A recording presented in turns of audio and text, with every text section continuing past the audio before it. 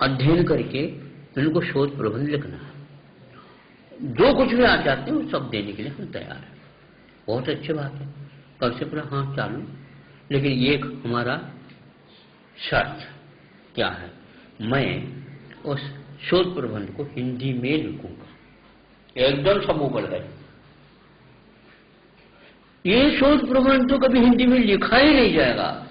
तो आप कहिए, या आपको सोच हो सकता, लेकिन मैं इसमें हिंदी में शोध प्रबंध लिख सकता हूं, इससे बढ़कर के इंग्लिश में लिख ही नहीं सकूं। मेरे पास इंग्लिश भी है, लेकिन बहुत जो अभिव्यक्ति हम अपनी मातृभाषा में कर सकते हैं वो किसी भी भाषा में नहीं हो सकता और छूट नहीं सकता। तो माँ के माध्यम से या जो जन्म हुआ उस माध्यम से जो हमें भाव उत्पन्न हुए हैं उसकी अभिव्यक्ति मैं उसी भाषा में कर सकता हूँ। ये भी एक बहुत बड़ी गलती हो रही है। आप अपने अभिव्यक्ति, अपने भावों को आप व्यक्त करने के लिए स्वतंत्र नहीं परतंत्र हो गए। विदेशी लेखकों का भी यही कहना है कि यदि शोध है तो वह अपने जीवन मातृभाषा में ही लिखा जाना चाहिए। उससे बढ़कर कोई नहीं। फ्रांस में भी लिखा गया, अफ्रीका में भी लिखा गया, जापान, चीन, जर्मन आदि आदि, रूस, सब में अपनी जब मातृभाषा चल रही है तो भारत को क्या हुआ, क्योंकि इंडिया का भूत इसके पास सवार हो गया, इसलिए वह परिवर्तित हो गया। पहले नहीं होता था। क्या आपको ठीक है पहले नहीं लिखा जाता था? अब बताओ, भाषा की बात चल रही है, इसलिए तो मैं कहना चाहता हूँ। अभी अभी अब लोग ज्ञात हुआ, क्योंकि मैं साहित्य मिला, कुछ सुना, ज्ञात हुआ 3000 श्लोक प्रमाण का एक ग्रंथ मिला। उसका नाम भी आपको शायद संभव सुरक्षित है। तो उसमें क्या है, वो संस्कृत निष्ठ है, संस्कृत निष्ठ है। उसमें 3000 में क्या लिखा गया, उसका केवल विषय वस्तु विमान निर्माण है। विमान निर्माण है। अब क्या कर रहे हो? विमान का निर्माण है। सारी फॉर्मूला, सभी सूत्र उसमें लिखे हुए है। 3000 श्लोक प्रमाण, 500 प्रकार के विमान को निर्माण करने के विधि उसमें बताई गई। कितने? 500 विमान। आज है कितने बजे बताओ? इतने नहीं, एक एक विमान को हम 30 प्रकार से बना सकते हैं। भारत, आप क्या सोच रहे हैं? सब कुछ हो करके लुट करके आप भीख मांगना चाहते तो मैं क्या कर सकता हूं? यहां के भीख मांगने वाले भी साधु वृत्ति में मांगते हैं। ध्यान रखो, भीख नहीं मांगते वो, ये वृत्ति है यहाँ की।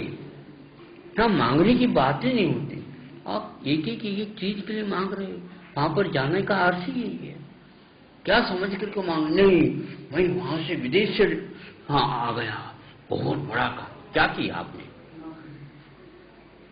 दास वृत्ति है, क्रय विक्रय जिसको बोलना चाहिए।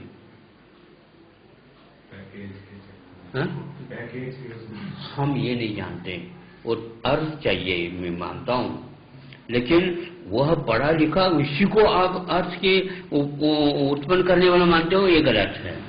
आचार्य, इसी तरह अहिंसा को आजकल कमजोरी के रूप में देखा जाता है। सामान्यतः जैसे कोई विनम्र हो तो उसको इस तरह का बेवकूफ मान के, और जो वाचाल है उसको इसी तरह अहिंसा को भी कमजोर माना गया है।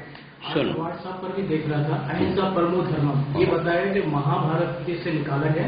इसके आगे एक बात तो और है, उसका मुझे संस्कृत नहीं मालूम, लेकिन अर्थ उसका ये कि धर्म की रक्षा के लिए हिंसा भी जरूरी है। अभी आपने 2-3 दिन पहले प्रवचन के दौरान भी क्षत्रिय धर्म का जिक्र किया था। इससे जोड़ के मैं चाहूंगा आपकी बात। सुनो, अहिंसा एक प्रकार से रक्षा का एक शस्त्र है। रक्षा किसकी?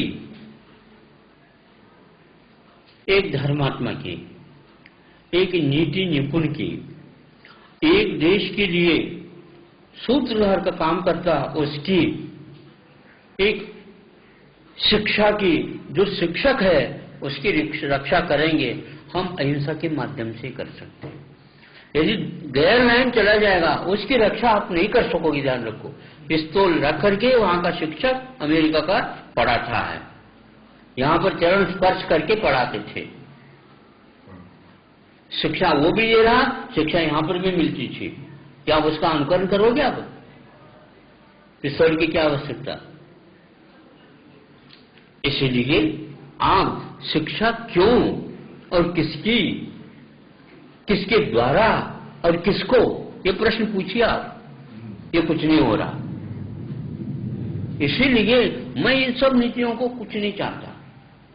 आप भले स्वीकारो, मैं स्वीकारने के लिए तैयार नहीं हूं। और मैं इसको अहिंसा को जो होगा वह कभी भी, देखो जितने भी क्षत्रिय हुए हैं, हमारे तीर्थंकर जितने भी हों सारे क्षत्रिय हुए हैं, तराजू पकड़ने वाला नहीं हुआ, ध्यान रखो। उन्हीं को हम तीर्थंकर मानते हैं। तराजू पकड़ने का अर्थ जो है ना, अर्थ की ओर उसकी दृष्टि चली गई। तराजू जो पकड़ रहा है वो कैसा पकड़ रहा है, ये क्षत्रिय कैसा है, ठीक पकड़। नहीं तो देख ले, शास्त्र है यहां पर, बस शास्त्र चलाने के लिए नहीं, उस बनिया को ठीक करने के लिए। साफ तौर पर आचार्य श्री की जो बातें हैं वो कहीं ना कहीं वो इस बात को लेकर आते हैं कि जो वर्तमान स्थिति है वो बहुत विडंबनापूर्ण है, और चाहे वो शिक्षा के क्षेत्र में हो या नाम के क्षेत्र में हो या फिर कार्यधन को लेकर हो, उन सब में कहीं ना कहीं सुधार की आवश्यकता है। समय के लिए कैमरामैन विवेक गुप्ता के साथ विदिशा से वो वीरेंद्र शर्मा।